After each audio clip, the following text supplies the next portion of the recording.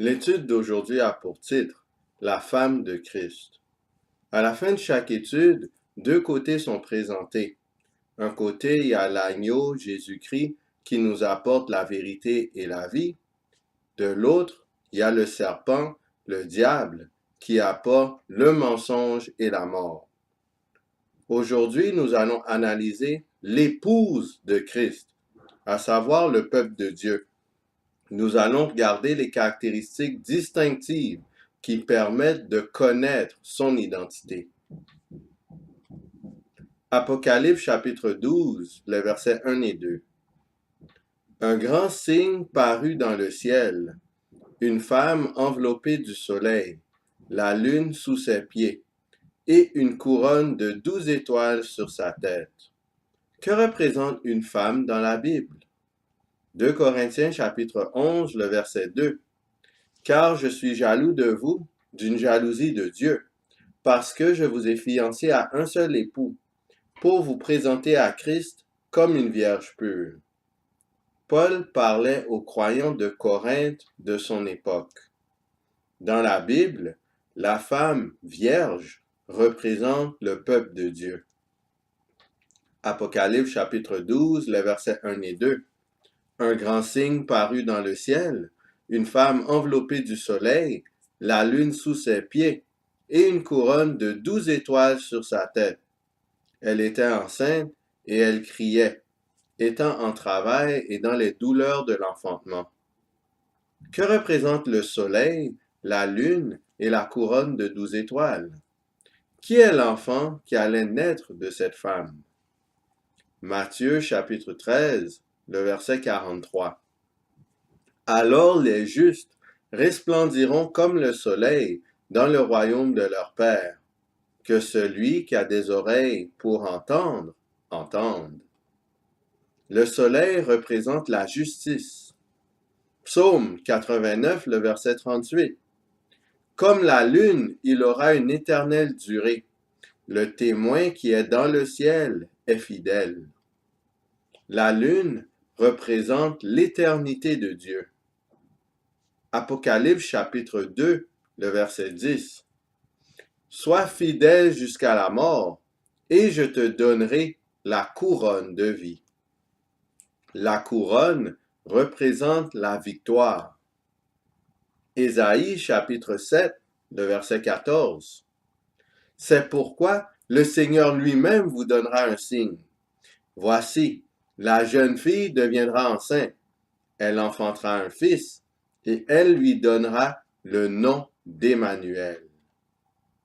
Matthieu chapitre 1, les versets 20 à 23. Comme il y pensait, voici, un ange du Seigneur lui apparut en songe et dit, Joseph, fils de David, ne crains pas de prendre avec toi Marie, ta femme, car l'enfant qu'elle a conçu vient du Saint-Esprit. Elle enfantera un fils, et tu lui donneras le nom de Jésus. C'est lui qui sauvera son peuple de ses péchés. Tout cela arriva afin que s'accomplisse ce que le Seigneur avait annoncé par le prophète.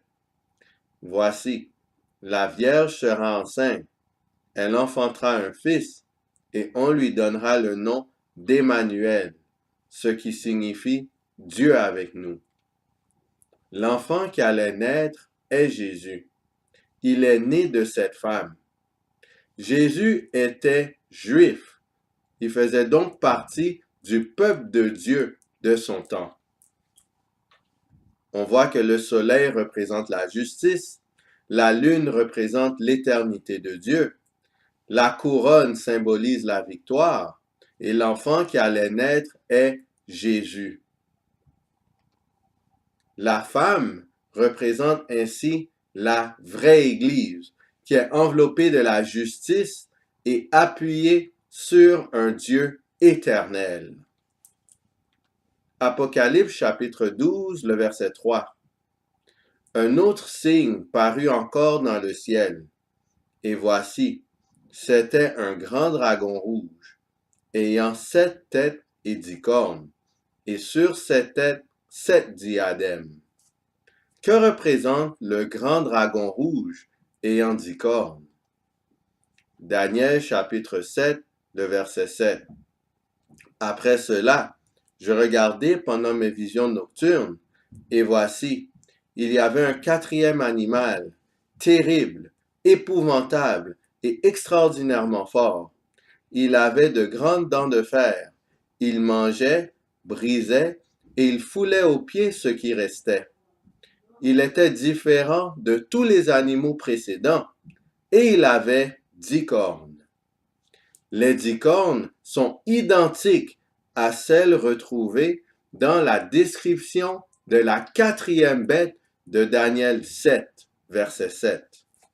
De ce fait, on sait que les bêtes mentionnées dans ces deux textes-ci sont les mêmes. Elles représentent toutes les deux Rome. L'emphase dans cette portion de l'Écriture est mise sur la Rome païenne. Elle avait été un grand instrument de Satan pour attaquer le peuple de Dieu au temps des apôtres. Apocalypse chapitre 12, le verset 4.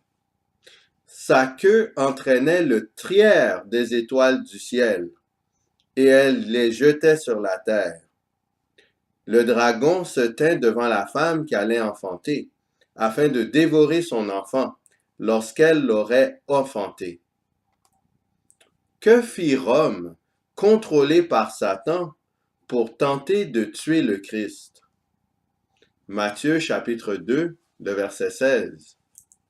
Alors Hérode, voyant qu'il avait été joué par les mages, se mit dans une grande colère, et il envoya tuer tous les enfants de 2 ans et au-dessous, qui étaient à Bethléem et dans tout son territoire, selon la date dont il s'était soigneusement enquis auprès des mages. C'est à travers Hérode, le gouverneur de la Palestine soumise aux Romains, que Satan avait tenté de tuer Jésus. Apocalypse chapitre 12, le verset 5. Elle enfanta un fils qui doit paître toutes les nations avec une verge de fer. Et son enfant fut enlevé vers Dieu et vers son trône. Qui est l'enfant qui va diriger les nations avec une verge de fer? Psaume 2, versets 7 à 9. Je publierai le décret. L'Éternel m'a dit, tu es mon fils, je t'ai engendré aujourd'hui. Demande-moi et je te donnerai les nations pour héritage, les extrémités de la terre pour possession. Tu les briseras avec une verge de fer. Tu les briseras comme le vase d'un potier. Encore une fois, l'enfant est Jésus. En effet, Jésus est monté au ciel après sa résurrection. Apocalypse chapitre 12, le verset 6. Et la femme s'enfuit dans le désert, où elle avait un lieu préparé par Dieu, afin qu'elle y fût nourrie pendant 1260 jours. Cette situation est semblable au prophète Élie, que Dieu avait nourri pendant 3 ans et demi littéraux dans un lieu désigné. 1260 jours prophétiques sont égales à 1260 années littérales. Comme nous l'avons vu dans le livre de Daniel, cette période est de 538 à 1798. Pendant ce temps, la main de Dieu était sur son peuple, le préservant de l'extinction. Que représente le désert? Job, chapitre 38, le verset 26. Pour que la pluie tombe sur une terre sans habitants, sur un désert où il n'y a point d'hommes. Le désert constitue un lieu où il n'y a pas d'habitants. Ainsi, pendant les 1260 années du règne papal, de 538 à 1798, Les chrétiens sincères avaient fui dans un endroit où il y avait auparavant peu d'habitants. Ce lieu avait servi de refuge pour ces personnes. Tout ceci suivait le plan du Seigneur pour protéger son peuple. Il est réconfortant de savoir que Dieu n'abandonne pas ceux qui le craignent au temps du malheur. Apocalypse chapitre 12, le verset 15. Et de sa bouche, le serpent lança de l'eau comme un fleuve derrière la femme, afin de l'entraîner par le fleuve. Que représente le fleuve que le dragon lance de sa bouche? Amos chapitre 9, le verset 3. S'ils se cachent au sommet du Carmel, je les y chercherai et je les saisirai. S'ils se dérobent à mes regards dans le fond de la mer, là j'ordonnerai aux serpents de les mordre. Daniel chapitre 11, le verset 40. Au temps de la fin, le roi du Midi se heurtera contre lui, et le roi du Septentrion fondra sur lui comme une tempête, avec des chars et des cavaliers, et avec de nombreux navires. Il s'avancera dans les terres, se répandra comme un torrent et débordera. Le serpent est identifié en tant qu'animal marin. Or, le fleuve ou le torrent représente l'attaque armée. En effet, Rome cherchait à détruire le peuple de Dieu par une farouche persécution tout au long du Moyen Âge. Apocalypse chapitre 12, le verset 16. Et la terre secourut la femme, et la terre ouvrit sa bouche et engloutit le fleuve que le dragon avait lancé de sa bouche. Que représente la terre? Genèse chapitre 1, le verset 2. La terre était informe et vide. Il y avait des ténèbres à la surface de l'abîme, et l'Esprit de Dieu se mouvait au-dessus des eaux. La terre fait référence à un lieu ayant une faible densité de population, comme le désert. Ce lieu avait servi de protection pour tous ceux qui souhaitaient fuir de Rome. Dans quel endroit les chrétiens fidèles ont-ils cherché refuge face à la persécution papale et à la persécution anglicane? Voici une citation provenant de www.muséeprotestant.org. À la mort d'Élisabeth Ier, Jacques VI Stuart d'Écosse est l'héritier du trône d'Angleterre. Sa suprématie dans le domaine religieux renforce son désir de monarchie absolue. L'Église d'Angleterre jouit d'un large consensus dans les années 20. Cependant, une minorité de calvinistes refuse l'Église d'Angleterre. Ils sont persécutés et certains émigrent aux Pays-Bas ou en Amérique, les pèlerins du Mayflower en 1620. Les chrétiens allèrent dans le territoire des États-Unis d'Amérique afin de trouver refuge devant la persécution intense d'Europe.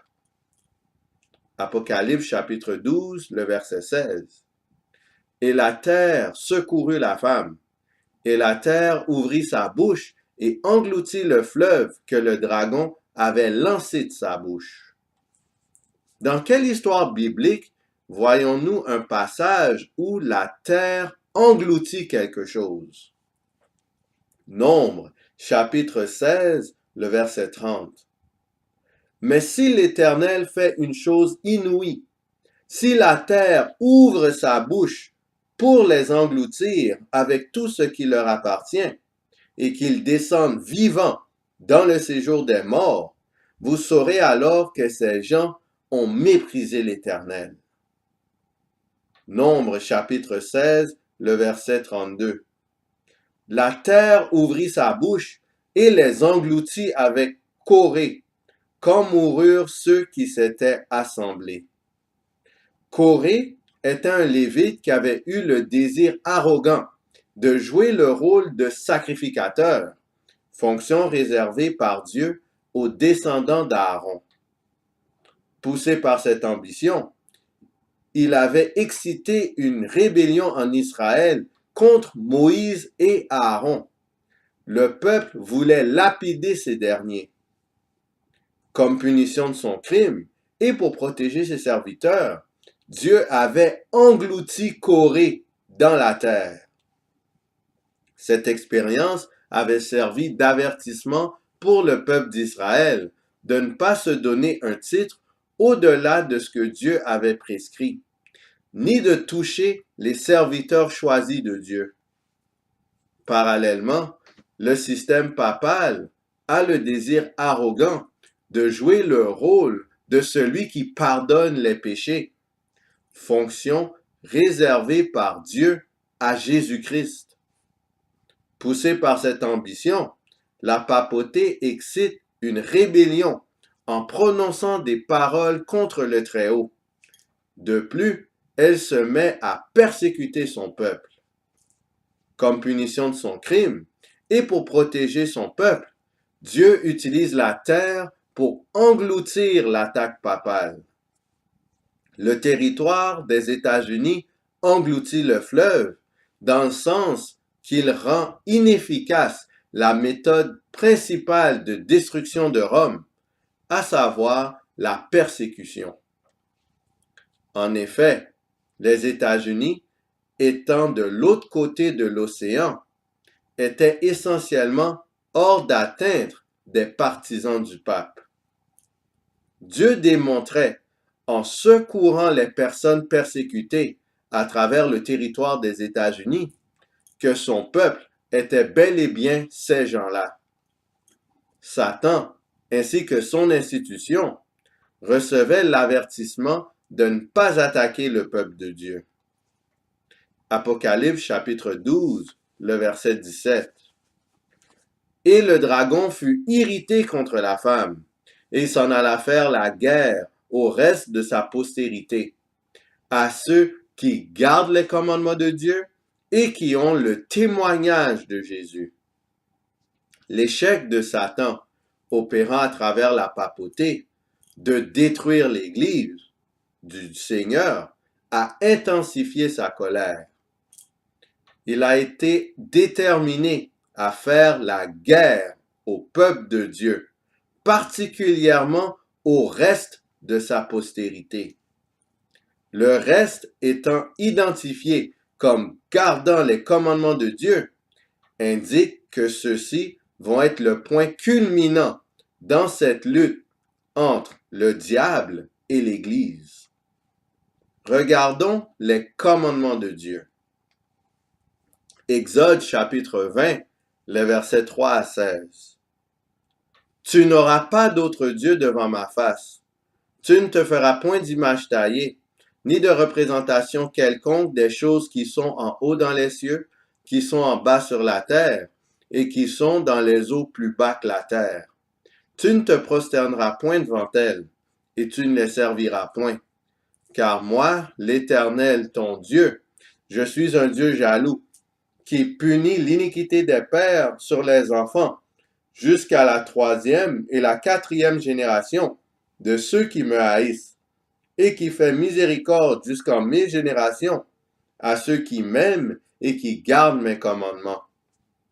Tu ne prendras point le nom de l'Éternel ton Dieu en vain, car l'Éternel ne laissera point impuni celui qui prendra son nom en vain. Souviens-toi du jour du repos pour le sanctifier. Tu travailleras 6 jours et tu feras tout ton ouvrage. Mais le 7e jour est le jour du repos de l'Éternel ton Dieu.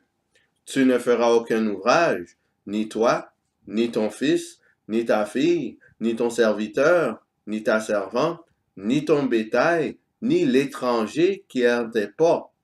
Car en 6 jours, l'Éternel a fait les cieux, la terre et la mer, et tout ce qui est contenu. Et il s'est reposé le 7e jour. C'est pourquoi l'Éternel a béni le jour du repos et l'a sanctifié. Honore ton père et ta mère, afin que tes jours se prolongent dans le pays que l'Éternel ton Dieu te donne. Tu ne tueras point, tu ne commettras point d'adultère, tu ne déroberas point, tu ne porteras point de faux témoignages contre ton prochain, tu ne convoiteras point la maison de ton prochain, tu ne convoiteras point la femme de ton prochain, ni son serviteur, ni sa servante, ni son bœuf, ni son âne, ni aucune chose qui appartienne à ton prochain. La véritable Église, en ce temps de la fin, garde tous les commandements de Dieu. Aucun commandement n'est mis de côté dans cette Église. Apocalypse chapitre 12, le verset 17. Et le dragon fut irrité contre la femme, et il s'en alla faire la guerre au reste de sa postérité, à ceux qui gardent les commandements de Dieu et qui ont le témoignage de Jésus. Une autre caractéristique de la véritable Église est qu'elle possède le témoignage de Jésus. Quel est ce témoignage? Apocalypse chapitre 19, le verset 10. Et je tombai à ses pieds pour l'adorer.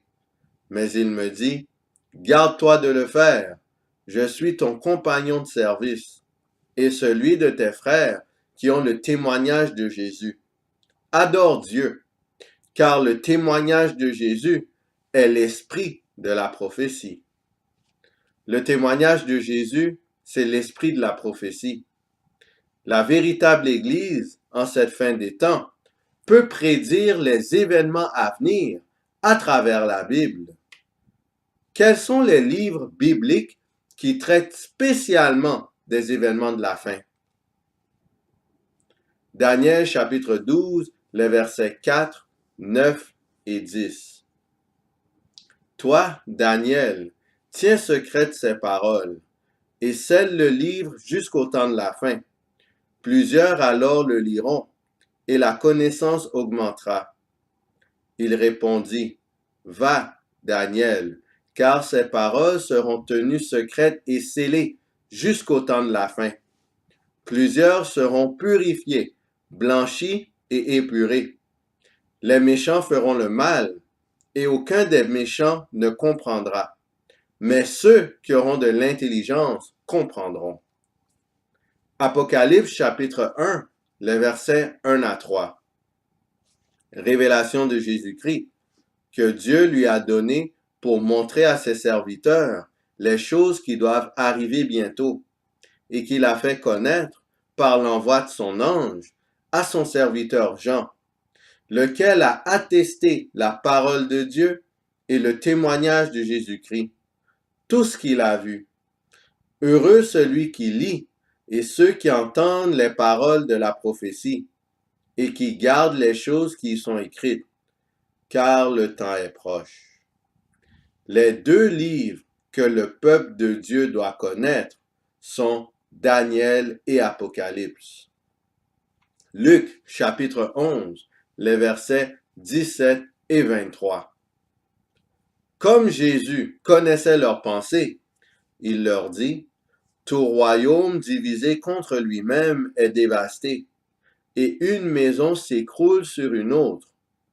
Celui qui n'est pas avec moi est contre moi, et celui qui n'assemble pas avec moi disperse. Les autres institutions religieuses, puisqu'elles n'observent pas les commandements de Dieu et n'ont pas le témoignage de Jésus, sont en réalité contre le Christ. Ces églises appartiennent déjà à Satan et supportent sa cause contre Jésus. C'est pour cela que le diable ne les attaque pas. Sur ce, qu'allons-nous choisir? Est-ce qu'on choisit de faire partie du peuple de Jésus-Christ, de ceux qui gardent les commandements de Dieu et ont le témoignage de Jésus-Christ, l'esprit de la prophétie, la connaissance prophétique tellement importante en ce temps de la fin? Ou est-ce qu'on choisit de faire partie du peuple que Satan n'attaque pas, mais qui recevra le châtiment final à la fin? Que le Seigneur nous pousse à choisir son camp, afin que nous puissions avoir la justice, nous appuyer sur un Dieu éternel et avoir la couronne de vie la couronne de victoire pendant l'éternité. Que le Seigneur nous garde.